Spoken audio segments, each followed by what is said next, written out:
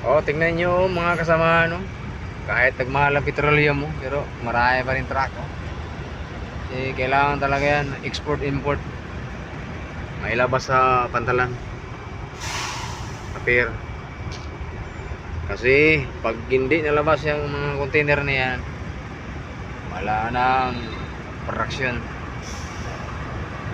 Maghihirap na rin ng mga ibang kumpanya ngayon. Sobrang mahal ang diesel. Diesel. Diesel. Talaga sa akin, oh, nagmahal na rin. Oh.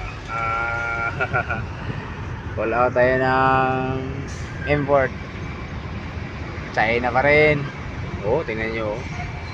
Oh. Meow, meow, meow, meow. Traffic, traffic. Manila International Container Port. Dito tayo. Oh, grabe.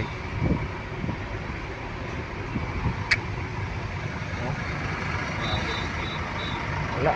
Ang pila nasa labas na. Sa routine. Di bali, oh.